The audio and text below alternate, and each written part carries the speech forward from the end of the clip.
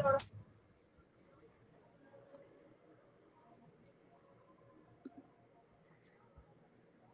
Hello, everyone, and welcome to this panel discussion.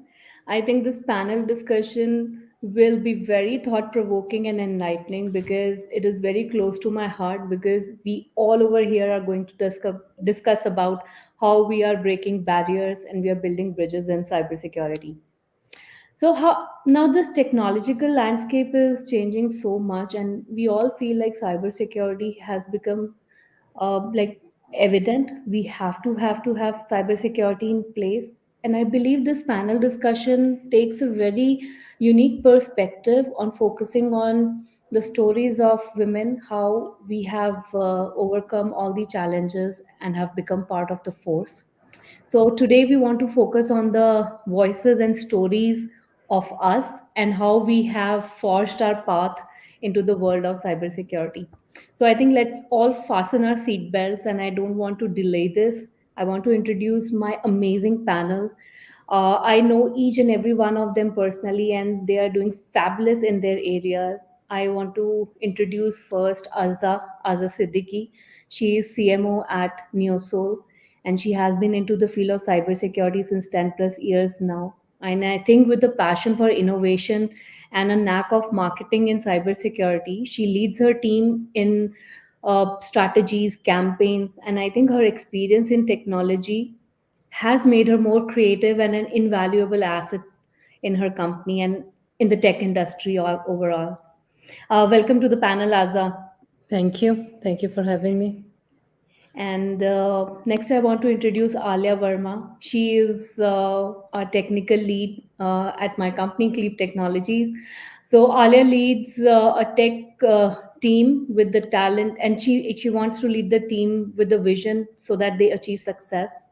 And with deep understanding of cybersecurity technology and a passion for problem solving, she drives all the projects and achieve success in them. Alia's leadership in is the driving force behind the innovation and what we do at Cleap.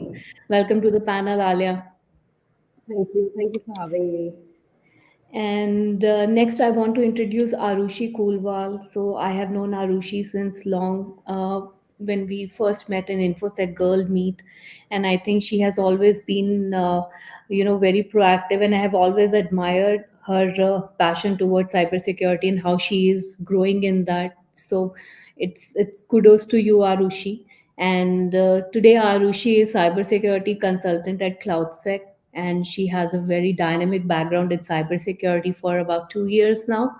And she's also known for her strong analytical skills and a good grasp of industry standard. She's confident public speaker. She has given talks in KuCon, Null meetups, and I think that's commendable. Welcome to the Arushi. Welcome to the panel, Arushi. Thanks a So lot, Shiva. next we have Bishakha. So me and Bishakha go back from because from gardening enthusiast to infosec enthusiast to becoming cybersecurity friends. So I don't know what to say about Bishakha. She has been a sweetheart, and she has been an acclaimed cybersecurity practitioner from India, and she spearheads the awareness as a service domain at a leading investment bank. So, with her expertise spanning into the diverse security domain, she's a seasoned professional and a vibrant cybersecurity evangelist. Beyond her pivotal role, she proudly wears multiple hats as a brand ambassador, cloud circle leader, and, and an advisor to Women in Cloud Network. And I think I cannot say much about the accolades that she has in her bag. So, welcome to the panel, Vishaka. Thank you, Shivani. That's so sweet of you. Yes. So now we all are here, and I wanted to touch upon a very vital topic here. Like, as we are all in the cybersecurity domain, including me, as an entrepreneur, there are a lot of unique challenges that we face as a women in cybersecurity. I wanted to know what are such challenges that you have faced in your career and how you have, tried to overcome that obstacle. Maybe Bishakha, you want to take that up first? For me, I had to actually overcome my limiting belief. Uh, Growing up, we were taught that you are not supposed to be the jack of all trades, but you should focus on one thing, master of one.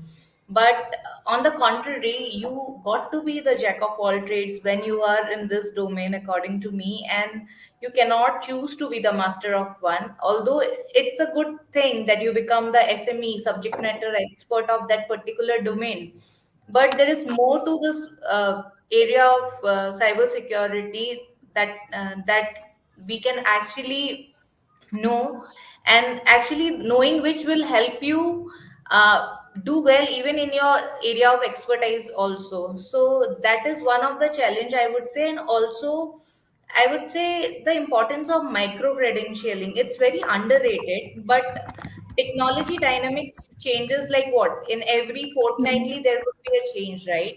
So not updating yourself or not matching up to the industry standards is not okay according to me, and this is something which I had to learn the hard way. Because we all start with this rebellious thought process that I am not going to do this, but going forward you realize that it is important as well. So overcoming my own mental blockage, I would say, or limiting Yeah. belief is something that were one of those challenges that I would like to address. No, absolutely. I also agree. Sometimes it becomes more of a mental game when we see like this is something that I cannot do. And, maybe you might be fully capable of doing that 100%, maybe 200%.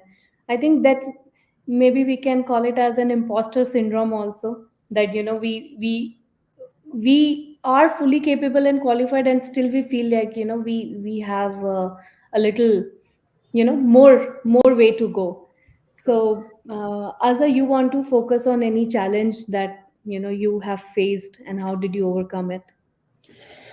So starting, I would like to add on Mashika's point. Basically, when we're talking as an application, I came from the application development background.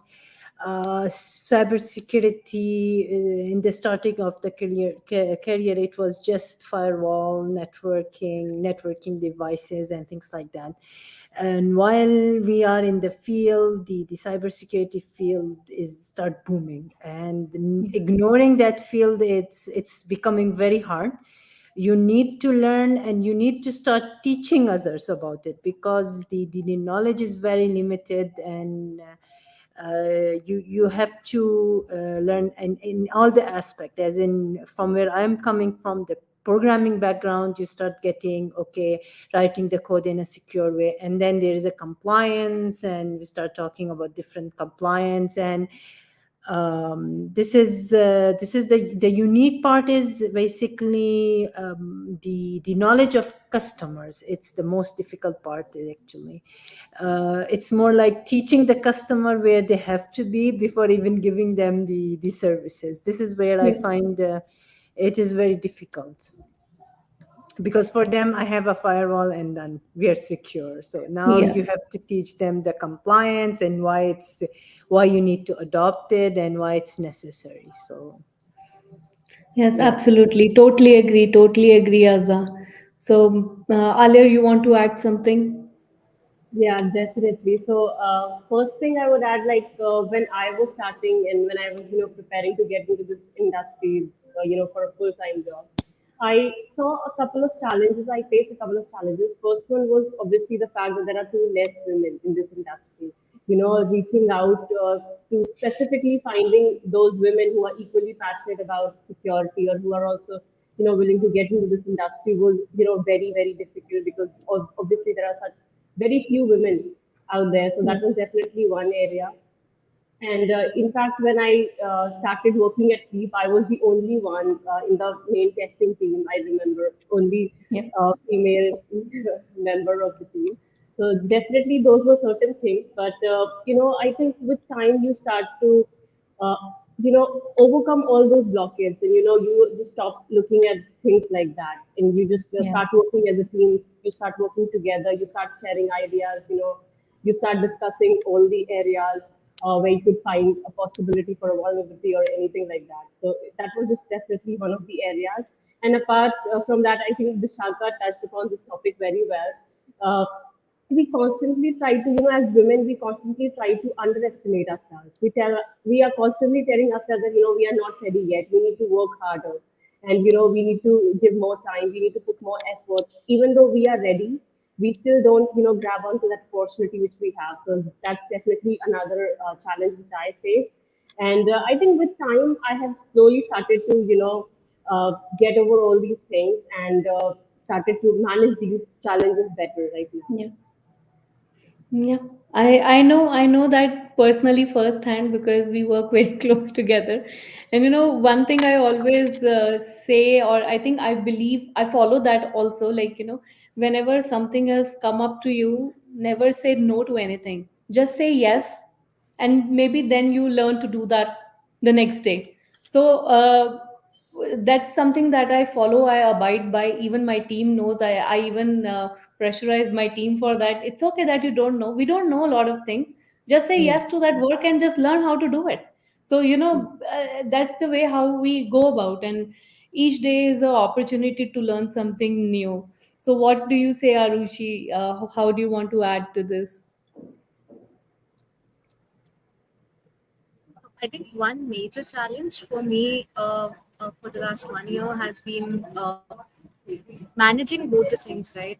Earlier, when I wasn't doing any internships or a full time job, it was quite easy for me to explore a new domain, or let's say a new vulnerability that comes into picture, learn about it, and maybe share my thoughts on it or any ransomware attack. Now, managing that along with my daily work has been one of the challenges. I remember when the DPDP Act came in, I was looking at all the LinkedIn posts on it, and I was saving each and every one of them that I'll read it. But then, it got delayed a lot, and I read it like 1 month later. So I think that is a major challenge that I am facing. Balancing the job that we are doing, as well as keeping in touch with the current scenario, threat scenario, and the recent developments in Yeah. cybersecurity. And another challenge that I think both Vishaka and Alia touched upon was, as women, we often have this, imposter syndrome, in which, although we might be quite qualified in a specific skill, we would still question ourselves and challenge ourselves that, we might, there might be a case that I do not know this part of Yeah. the story. So that has been something that even I have been struggling with since a long time. So yeah, these are the major challenges. Yeah. Yes, because on this imposter syndrome, I was watching a video. I cannot quote the like reference right now, but it was by a woman who was mentioning, like whenever we are applying even for a job post, or we as women, we tend to go by job description one by one and try to figure out whether everything falls in our bracket or not. And I don't want to like demean men because they are also an equal part of the society. Maybe they will think like, okay, I can abide by these two upper lines, I fulfill these, okay, they'll go ahead and apply for it. So I think that's an inherent trait. Maybe we can call it as a perfectionist trait, that we want to go by each and every line and try to figure out, okay, I should be able to do everything which is mentioned in the job description. Because if someone asks me about it, I won't be able to answer. So I don't want to do that. So I think that that's the part that everyone faces till now. But I think with that, there is a perspective also that comes into picture, where we see, like with our experience and teams getting more diverse, more women taking up leadership positions, becoming like CCOs or CISOs, and they have brought a lot of perspective. So how do you feel like this perspective have brought up change, and how it has changed the company's dynamics altogether? Alia, would you want to take that up? Maybe you can initiate the discussion around that. Yeah, yeah, definitely. So first things first, I think women have always brought a different perspective to the table. Firstly, there are certain, I think, skills which certain areas where women are have a better tendency to perform than men. First one would be managing things, managing people. Women are naturally good at it, so that's definitely one area. At leadership skills or just managing the entire team, women are naturally good at it. So that's definitely one area. Another area I would say, bringing more and more women in the workforce or in a certain company or at a certain job, just it just opens the range for different skills, different talents. So you get more to choose from. So that's definitely one area. So I think these are certain areas which you should definitely we should take into consideration, because women are way ahead when it comes to dealing with people, dealing with clients. So all these areas, women tend to perform better. Most, like, usually they tend to perform, but I wouldn't say that they always perform better. I would just say that they are very good at handling people, managing people, so managing a team. So all those things, I think women tend to perform better. Absolutely. And I think diversity also brings in perspective. And Yes. maybe, if we are following some age old rules and regulation, they might also be changed, bringing in more focused approach. So, as I have like lot of experience in handling such diverse teams, Ada, we want to hear from you as well. It is very, it was a different world when I started. Actually, the challenges that we faced was, I guess you will not even, actually, the workforce for women, other than school and hospital, the women start working there after the law was passed, I think 2016, 2000, sorry, 6 or 7. So mostly when I start working in 2009, mostly companies didn't have a female in their companies. So maybe 10% of the companies have female in a workforce at all, not cybersecurity, in a workforce. So from there and now, every department, every cybersecurity department have one female. It's a huge change, and we saw the changes. It was not easy. People didn't. It was not easy. Sometimes, whenever I go to meetings, I wasn't even allowed to enter the building. So a lot of things changed during that time.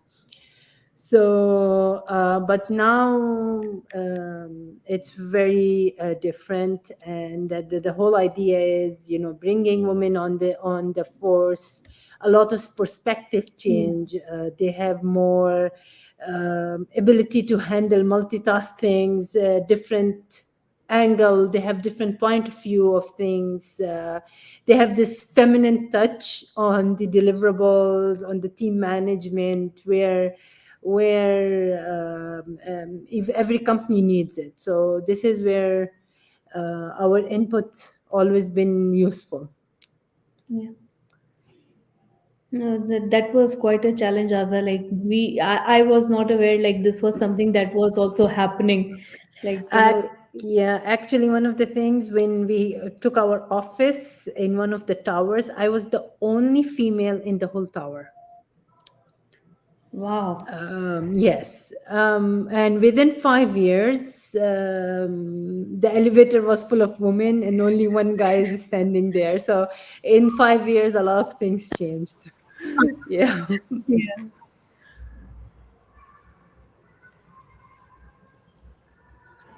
Yeah. So, yeah. Amazing. Amazing.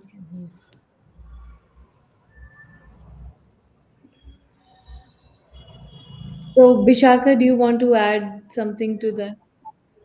I think there is a certain empathetic tangent that comes into picture when women are leading from the front.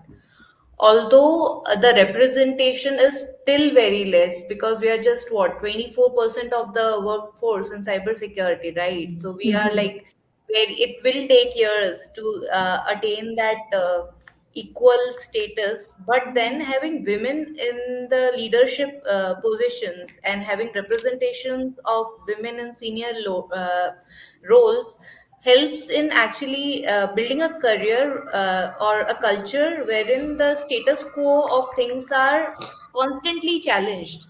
And you know what Yeah. happens, they become change agents, because I can say from experience, women don't settle, very easily. They are never, settling for something. They need the best of all worlds. Be it in your personal life, like I have never seen a woman who is going to say, Hmm. it's okay, I'll settle with this. There might be, on the contrary, not to demean any other gender, but males who would be cool with, a level below. But then for women, we need Yeah. the best for our children, we need the best for our parents, we need even the best for ourselves.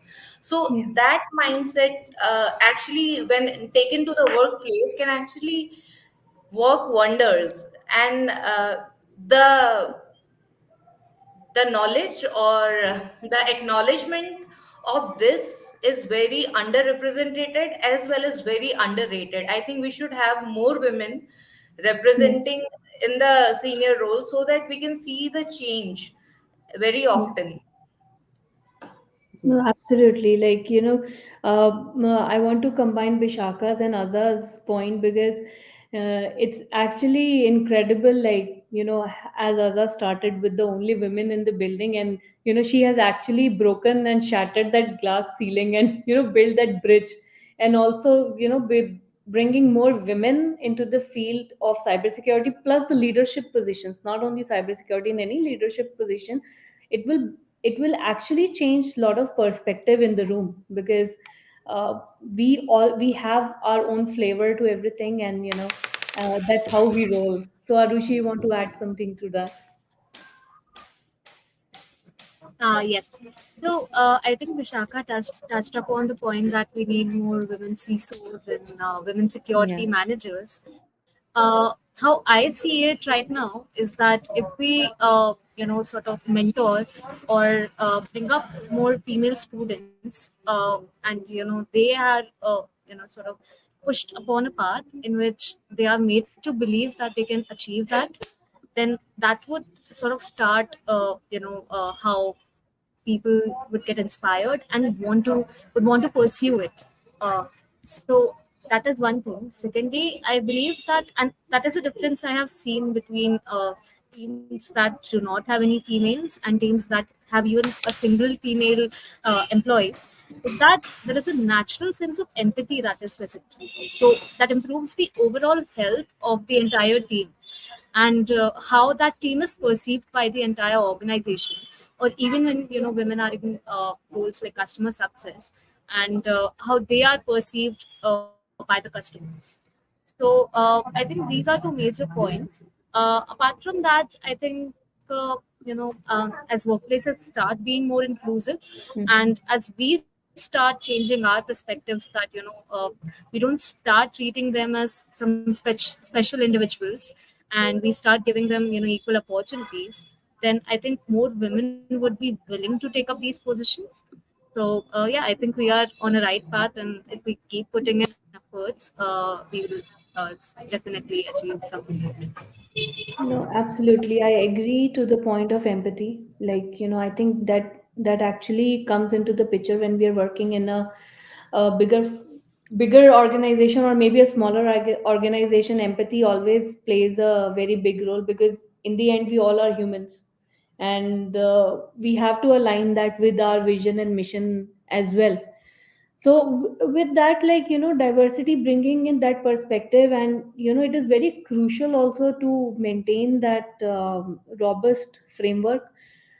We also wanted to touch upon how we can encourage other people to take up this as a career, like, because uh, there are people who have like backgrounds of non-tech backgrounds, and they feel very challenged on uh, coming up with the technological roles. So how we can encourage them to take up cybersecurity as a career? I wanted to touch upon, like, it's not just about hardcore technical cybersecurity. Is diverse. It has a lot of other areas that they can work in. So how we can encourage them? So Azar, can would you want to share something about it? So, as you said, actually, even in cybersecurity, there is a technical and non-technical path of it. Yeah. So, for non-technical people, I would say they can manage business people. They can manage some of the services which is more related to the business or organization point of view into cybersecurity. And mainly, I think the opportunity is it's a green field, it's a new field, it's growing. People can start fresh and they can have a great career in 5 years. So this is one of the things we can push people toward cybersecurity, telling them how what kind of opportunity they can get in the field. A little knowledge can bring them, I would say, forward to the management, and they can eventually, within couple of years, they can become CISOs or at least consultants in the cybersecurity area. So I think this is something Right. point they can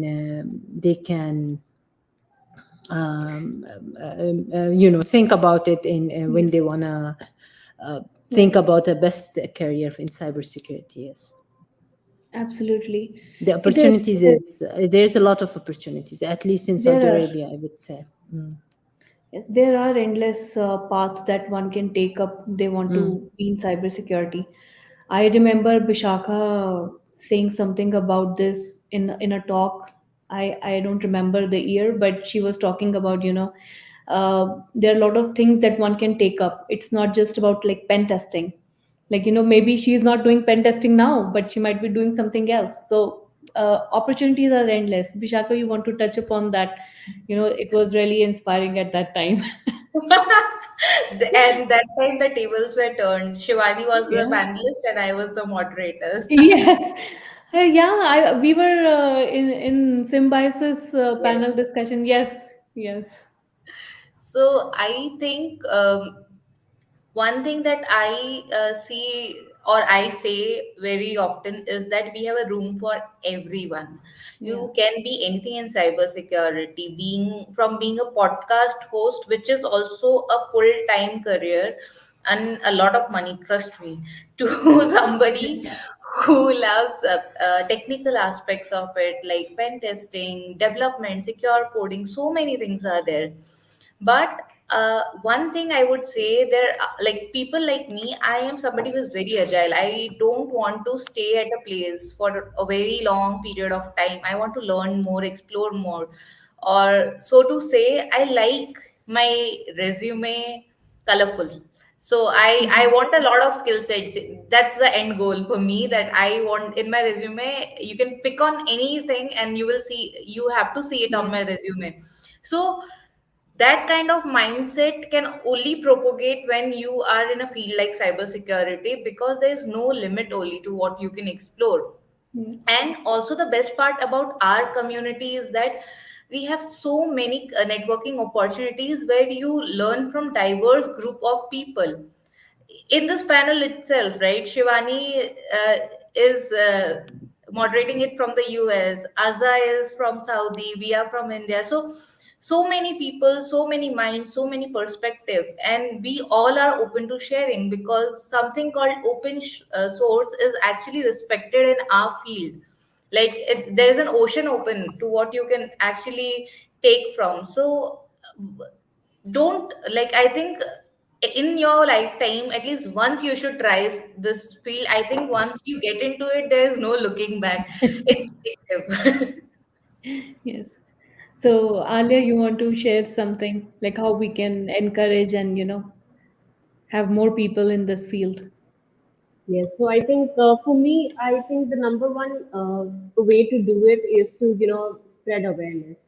I think Yeah. the more awareness we create around cybersecurity, the more people are going to be interested in it, and the more number of people will be looking to try their hands into this, just get into it.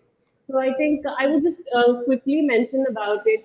Like when I was in college, just like a year ago, hardly, I saw that my batch had around 80 students, and everyone was just brilliant at what they did. And I observed that everyone was either into getting into web development or data science, or they were going for higher studies. I think these three were the main uh, criteria for them, to go ahead. And I just observed that I was the only one, literally the only one who was interested into security. Yet they were just wonderful. Everyone was just amazing at development or studies, at maths and computers, everything. They were just good at it. But I just realized that maybe they are not very much aware about this industry, cybersecurity, or maybe they look at it as something which is still evolving, which is you know not like a full-time job, or maybe it's difficult to get into it. There are high entry level barriers to it, and maybe they had all different perspectives about it. So I think I just observed that at that time I was the only one. So if there were more awareness programs, or let's say if my college had a proper department for cybersecurity, maybe then we would have more awareness, more people getting into it, or more people interested to getting into the cybersecurity domain. So that's definitely one part. And I think the more open source resources that we start creating, we will have more people interested into it. And, it will be a lot easier for them to just try things for free. And once they try, they can, fail at things, they can try at things, they can succeed at things, and then, they can finally decide whether this domain is literally for them or not. So I think, as I mentioned, this part, this open source industry, or like just creating things for free. So that's definitely one part, and another part would be having just breaking those high entry level barriers. I think that's again another part for it, because cybersecurity. I think recently we have started to see a lot more people into this, getting into this domain, because just 2 years ago, I think the percentage was 17%, and as Vishaka mentioned today, it's around it's not even 25%. It's less than that. So there is definitely huge growth. The number of women are getting more and more. Women are getting into this domain, but still, it's going to take a lot of while. So Yeah. that's another part. If we bring more structure to it, then it's going to be a lot easier. More people will be willing to try this domain. So Absolutely. that's my end. Arushi, you want to add something to the discussion? Yes, definitely. So when Alia started speaking about her college days, I sort of was able to remember when I started. So I was enrolled in a specialized course in cybersecurity in my BTech. So when I started with LinkedIn networking communities, and once I got a hold of it, I sort of wanted to bring in more of my batchmates into cybersecurity and into these communities, but I failed to a lot to a, like a major extent. I failed because I tried to bring in more people, but then they were I don't know why they were reluctant. But then we had, and I think Shivani, you were also a part of it. We had a mentorship program, and I sent it in my college group, and 15 of my batchmates enrolled in it. So I think what happens in cybersecurity, especially, is that there is an ocean of information, and there are so many domains. So people get confused, and as Vishaka also mentioned, the first thing they get started with would be pen testing. So I think when we have mentors who can help people decide which domain they can pursue, or at least guide them a little in the right direction, that would play an instrumental role in the starting of their careers.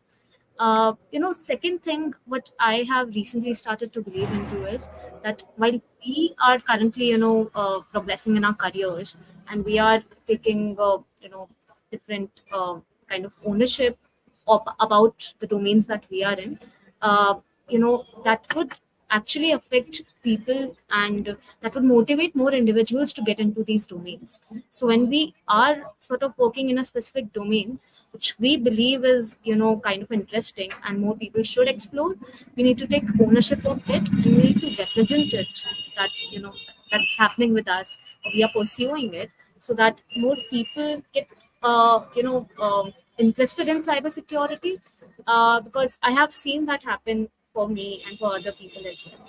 So I think these are the 2 points I wanted to bring to the table.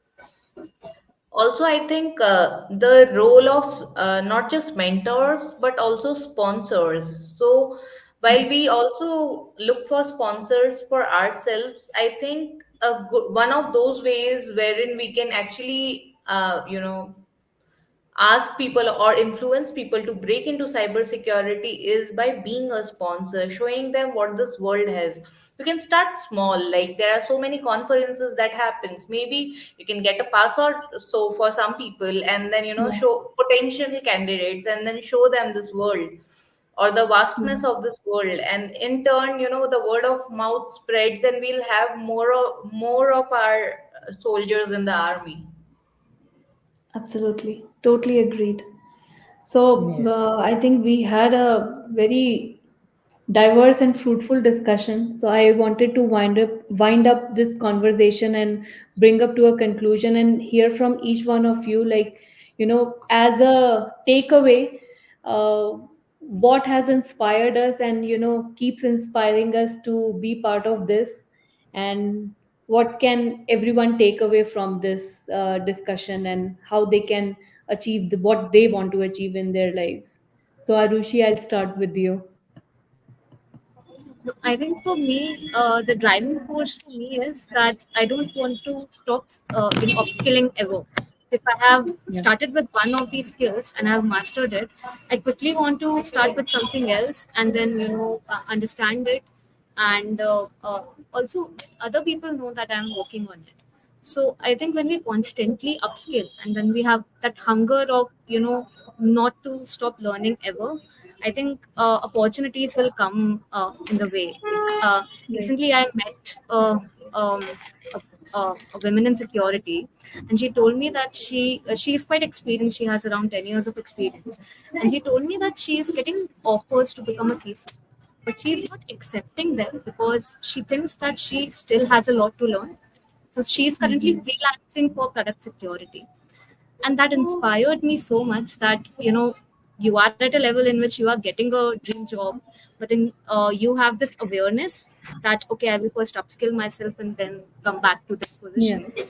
And I think that I'll be worthy of it, I'll pursue it. So I think that is a major takeaway from my side. Amazing. Alia, you want to add? Yeah, sure.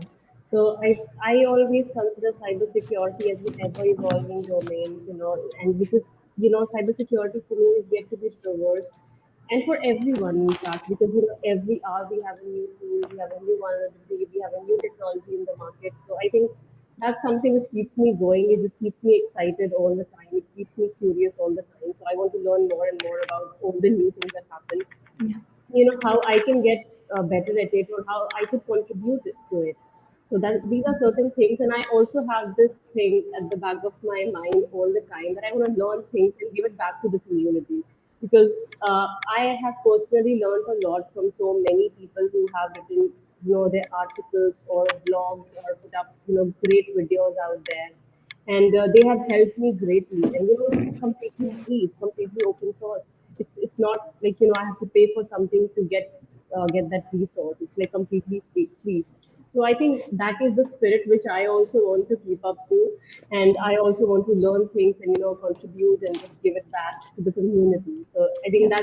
that's one of the reasons why I always want to, why I joined this industry, and why always want to continue contributing and working and learning new things, and just trying to be one of those people who have inspired me also to get into this domain. Okay. Bishaka, you want to? I would like to just add on to what this ladies said, both of them. I also feel, like Arushi said, that we never want to stop learning. The hunger should always be there. And I live by that, that the top of one mountain is the bottom of another. So that is something that has been in my DNA since the very start. So the moment you think that you have it all is actually a dangerous place to be. I think, getting comfortable is not a great idea in this domain, because it takes just one breach for your job to be at stake. So when you don't have a plan B, I think you're not in the right position, or you're not in a great place. So yes, constant development. And also one more thing that I believe is paying it forward is something that has kept me glued to this world of security. There were events wherein I got opportunities, like, being a customer success person or the salesperson, or consulting roles that were open for me because of my personal brand. But then I never saw any community or any department wherein this culture of paying it forward has been there, and something, I think there are core values attached to it. So giving back is one of them, which again, keeps me here and also keeps me grounded. So I think security is a very beautiful place to be, without a doubt. And yeah, we need more of the workforce. So please join us, people. No, absolutely, absolutely. And I concur with all the points, discussed here.